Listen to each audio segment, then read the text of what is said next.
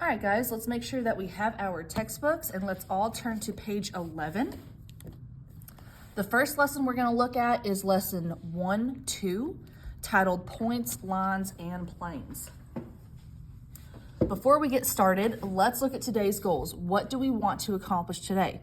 So we wanna make sure that we can identify points, lines, and planes, and then also identify the intersections of those lines and planes that we learn about, okay? So the great thing about these textbooks, a lot of the vocab is already given there for you. So you just kind of have to annotate and read and follow along. So as I go through these words, I really want everybody to highlight what I highlight, underline what I underline, add any notes that I add as well, just to make sure that you have a clear understanding of each of the terms. So the first undefined term, I've already highlighted it here for you, so a point. And here we have an example. A point is a location. It neither has shape nor size. The way that we name points, we use a capital letter. So for example, this would simply be called point A. Now in algebra, you guys probably did coordinates of points, if you remember like those XY coordinates, right? It's the same thing. And we will be using coordinate notation of a point whenever we get to coordinate geometry. So keep that in mind. You're gonna connect those two things later. Next term that we have is a line. Let's highlight that. So a line is made up of points and it has no thickness or width. There's exactly one line through any 2 points. The main thing here, guys, a line is made up of points. So a lot of times what people think is, oh, a line is a line. I simply just draw something like that and it's a line. When you're getting into geometry now, there should be an understanding that a line is basically a bunch of little points that have connection, okay? The way that we name lines. So we name them by the letters representing 2 points. So that's one way. Or a lowercase script letter. Here we've got examples of this line. You could call it line M. You could also call it line PQ or QP. And they've even right here, I'll highlight these symbols here.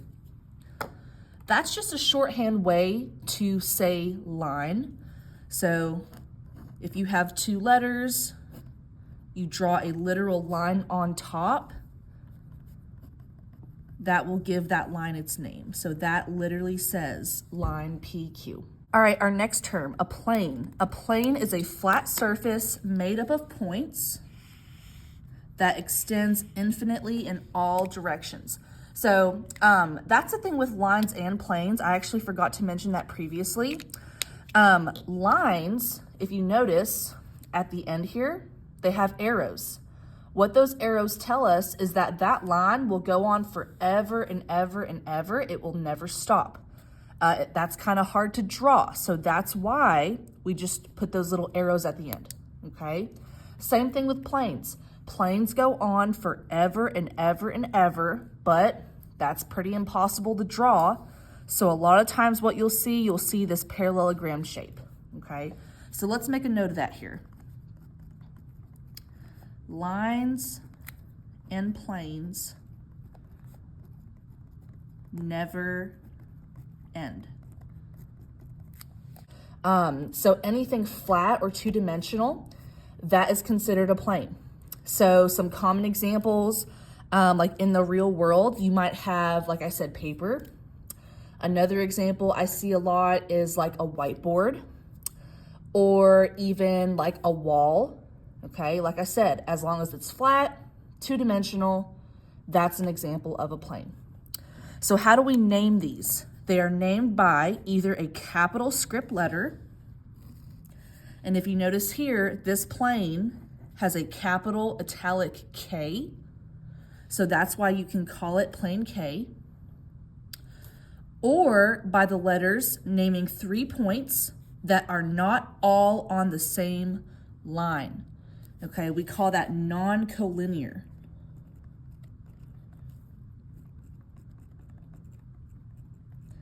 So when points are not on the same line, they're considered non-collinear points, and that's another way that you can name a plane. If you notice here, we've got B, D, and C. Well, they're not all on one line together, so they are non-collinear, so I can use any variation of those 3 points to name this plane. And they've given you the examples here. They've got plane BCD, CDB, DCB, and the list goes on, okay?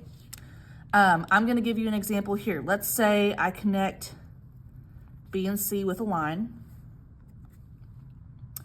and then I put an additional point A, okay? So I want you to ask yourself, would plane BAC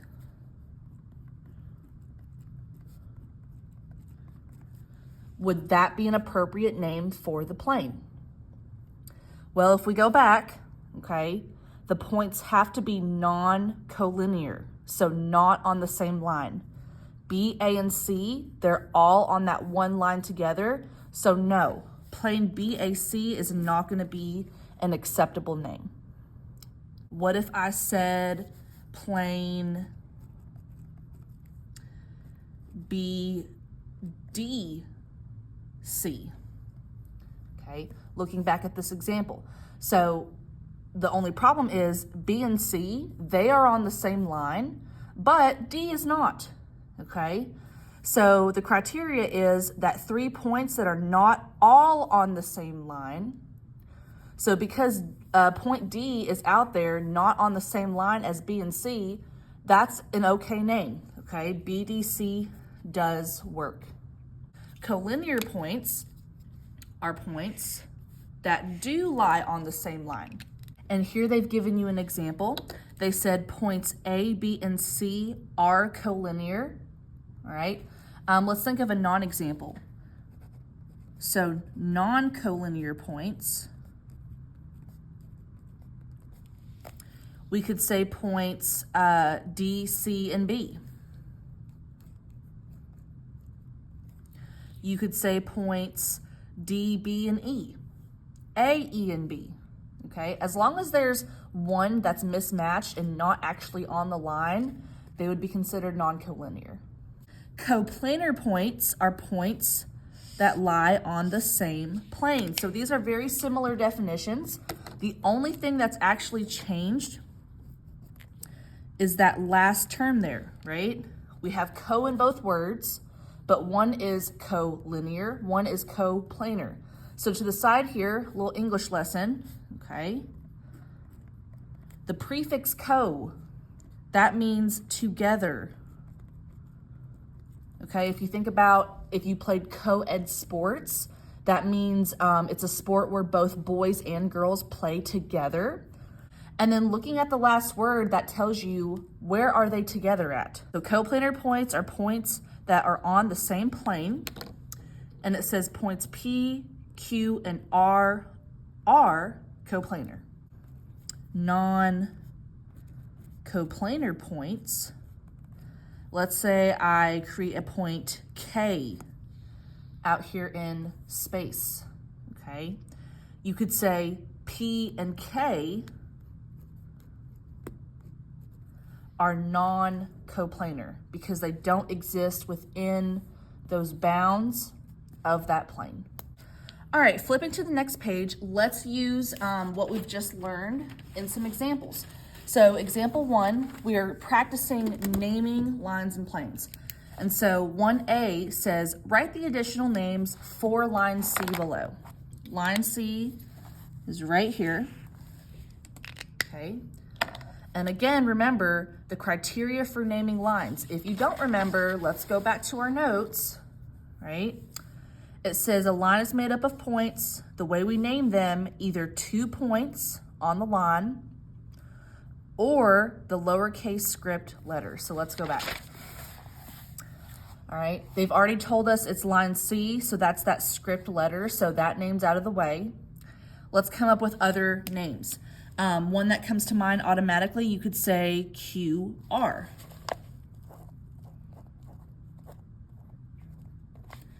And then you could also do that flip. So instead of QR, you could say RQ.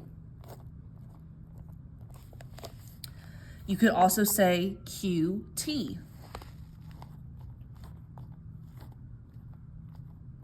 Or its flip, TQ. And then also TR. And its flip, RT. So these 6 options, along with line C, are all the possible names for that specific line. Now let's look at 1B. It says a plane containing points S and T. We're trying to figure out a name for it. So if we go ahead and look at this plane, all right, here are the bounds of the plane. S and T are within that plane. So whatever name that we come up with has to have all points inside the plane. If I look here at my example, there's one point that sticks out to me. He's outside the plane. He's not even in the parallelogram here, right? Point V. So any option here that includes V is going to be an incorrect option. And actually, that's this one, and this one. So that was a pretty easy question, but let's double check. Plane QST, if we look, QS and T, so are they inside my plane? Yes. Are they all on one line together? No. S is out here all by itself. So plane QST is a perfectly good name. Now let's look at example 2. So example 2 kind of gets into real world models. That's an important concept in geometry. Looking at something from your everyday life and creating a geometric representation. It says to name the geometric terms modeled by the objects in the picture. The first one says, the notebook models blank, okay? So we're trying to look back at our vocab terms, figuring out which one of these best models a notebook. So here, if we look, a notebook, it's flat, okay? Mostly two-dimensional because it's just a bunch of papers, all right? So that is actually considered an example of a plane, all right? The next one says the edges of the notebook model lines JK here, KL, and one other additional line. One that they've not mentioned is JN. All right, the next example, the quarter models point what in space? So they've already told us what it models. It models a point, okay? And now they're asking us to name it. Well, the quarter has that capital letter M. So that's point M in space. Then it says points N, L, and K are what? So let's look. N, L, K. Well, there's not one line that connects all 3, but N, L, and K are all found on that notebook. And before we said the notebook modeled a plane. So that term there is going to be co-planar, together on the same plane. Last one, points P, Q, and R. So P, Q, and R, they're found here on this pen, okay? Forms a line. So together on the same line, AKA collinear. All right, to the side here, I want you guys to add some notes on how to identify whether a real world object is either a plane, line, or point. So first off, let's start with the simplest thing, points. Okay, anytime an object is circular, that's a trick. It will probably be a point. So common examples, we saw they used like a quarter, so coins.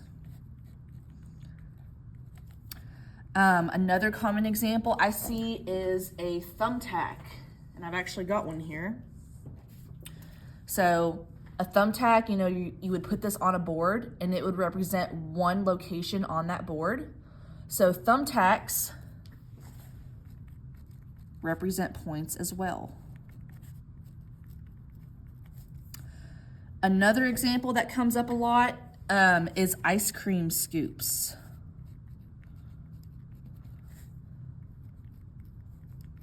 And a lot of people get confused by that. But, you know, are they perfectly round? No, but they are somewhat circular and they represent one scoop. So those would be considered points. Now let's talk about lines. All right. A key word that I see a lot, if you ever hear a word problem talk about like the edge of a book, the edge of a desk, that is going to represent a line. And if you notice here, when I was going through that problem, I was actually outlining those edges for you guys. So that's a good trick. If you can outline or draw along something, it's probably going to be a line. So here they talked about the edges of a notebook. They also included a pen. Okay, notice I can easily draw along that pen. Another example I see a lot are rulers and railroad tracks.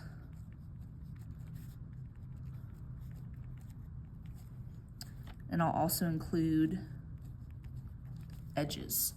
And the last thing is planes. And so like I said before, if it's flat, if it's two-dimensional, if it's something you can like write or draw on, it's probably a plane. So I'll say 2D or flat.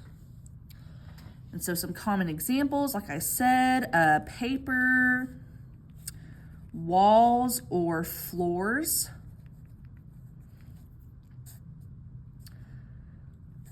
tables, I see a lot.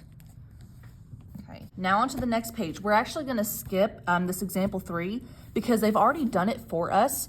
But if you ever get stuck or need help on a question that is similar, you can always go back. And so that's one thing that I really like about these textbooks. If you guys flip to page 16, okay? So page 16 actually has some of your homework problems. And if you notice, at the top of each section of problems, it tells you example 3, example 4, example 5. And what that means is, okay, for these problems, you can go back to example 3 in your book for help, okay? So just keep that in mind as you guys are completing your practice problems. I said similar to example 3 because it's basically the same thing, just with different points. So it says, draw and label a figure to represent the relationship. Line JK and LM intersect at P. These are the coordinates, blah, blah, blah. Point Q is coplanar with these points, but not collinear with JK and LM.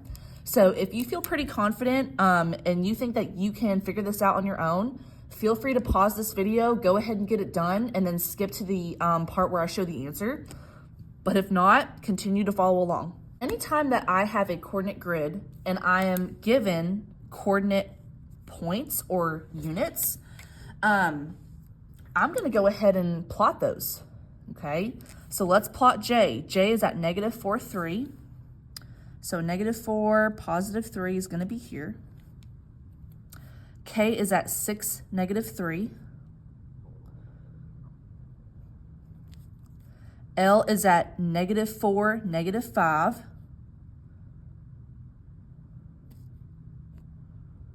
L. And M is at 3, 3. Then I'm gonna look back and see, okay, J and K form a line together, so I'm going to connect those points and draw a line.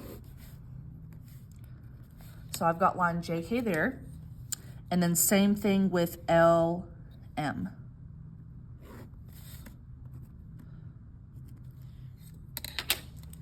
It says also that they intersect at point P.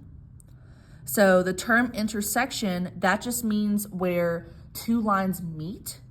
And so the point where they meet is going to be right here. So that is point P. Now it says point Q is coplanar with these points, but not collinear with any of the lines. So point Q does not exist on this line or this line, but it's still in the same plane. So really, point Q could go anywhere. I could put it right here. You could put point Q right there, and it would still be correct, as long as it doesn't fall on those two lines. One thing before we go on to the next page, I actually forgot to address this. So here it says the intersection of lines and planes. And in example 3, we learned, okay, so when the two lines cross, that's their point of intersection, whatever point they have in common. You guys have probably been familiar with that in Algebra 1. But sometimes planes can also intersect. So I wanted to show you guys what that would kind of look like. So here I've got two planes. I've got two pieces of paper, all right? When they intersect, it is going to look something like this. So I've got two intersecting planes, and the reason why I've highlighted this here in red is because that represents their intersection. And notice I'm able to draw, I'm able to draw along it, right? So the intersection of planes will always be a line. And remember, lines are made up of several points. So if two lines intersect, it's going to be a singular point like that. If two planes intersect, it's going to be a line that is formed, and that is their line of intersection. All right, example 4. So example 4, you are interpreting drawings. And so this is a very good skill to have in geometry. Can I look at a drawing of a 3D figure and analyze it, right? So let's look at 4A. It says, how many planes appear in this figure? I'm not gonna really necessarily worry about naming all that, okay? I really want you guys to practice counting the specific planes. Planes, by definition, it's a two-dimensional figure, it's flat, all right? But if we look here, we have a three-dimensional object. Anything that's flat is countable as a plane. The most obvious one is that bottom one right there, right? So that's one plane, okay? Now I want you to imagine taking this shape and holding it in your hand and being able to count around that shape. So I don't have this specific, this is called a pentagonal pyramid. I don't have one of those, but I do have a hexagonal pyramid. So we talked about how the bottom is one plane, but you also need to account for all the flat sides that go around the shape. Bottom is one plane. This front one is 2. Then we have 3, 4, 5, and 6. 4B says name 4 points that are collinear. So you have H, I. If you go along that line, we hit C, also F. 4C says name the intersection of plane GAC and plane P. GAC, let's try to highlight that here. GAC is kind of that backside of that pyramid. And plane P, which is that flat plane right there. So it's asking for the intersection. And again, when planes intersect, if we go back to our example here, it's gonna form a line. So I'm thinking, okay, at what line do they meet? And that's gonna be this bottom one right here, GC. Now we're looking at question 4D. So this is kind of a complicated question. And again, it just kind of works that skill of, can I take this picture and imagine it in a three-dimensional way? So it says, at what point do JI and DC intersect? So JI is this line here, and then DC is this line. So we're looking at the lines circled in green. What JI is doing, it's kind of like that line is going through the plane. And the reason I know that is because of this dotted line here. That tells me, okay, you're not actually able to see it, but they want you to take into account that this portion here you can see, and then it goes through the plane, and then this portion here you're able to see. A representation of that, let's just say I have this plane. what that line is doing is literally going through it like this. CD is physically on top of the plane. So it's not going through the plane, but it's lying on top like this. And so for that reason, they will actually not intersect. So it does not appear that these lines intersect. DC lies in plane P, but only point blank of JI lies in plane P. So if we look here, the only point that is actually in the plane is that point I. All right, now let's complete the check. So refer to the figure, name 3 points that are collinear. Go ahead and try that on your own. It should be A, D, and B. All right, very last example, example 5. It says a biplane has 2 main wings that are stacked one above the other. Struts connect the wings and are used for support.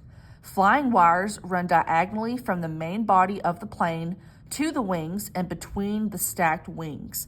Complete the statements regarding the geometric terms modeled by the biplane.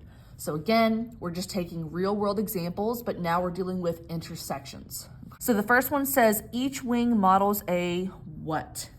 If you look here at the wings, all right, you're able to draw along them, but let's think about what these old-fashioned planes actually look like. If you were to look on top of that wing, right, it would probably look something like that, something like a rectangle. So again, it's two-dimensional, it's flat. Each wing will model a plane. Then the intersection of a strut and a wing models a what? I actually wish they would have said edge of a wing, okay? Because the edge of the wing and the strut is where they're going to intersect, and that's going to be at one singular location. So that actually represents a point. And then the last one, the crossing of 2 flying wires models a what? So again, what do the flying wires represent? Well, there's 2 lines. Lines will always intersect at points. Okay, so I know that was a lot of definitions. You know, that's just how it goes when you're getting into something new. We have to understand what the basic terms mean. But thank you guys for following along. Please make sure to get your notes ready for when you come to class, and email me. Let me know if you've got any questions on the notes at all. And I'll see you guys in the next lesson.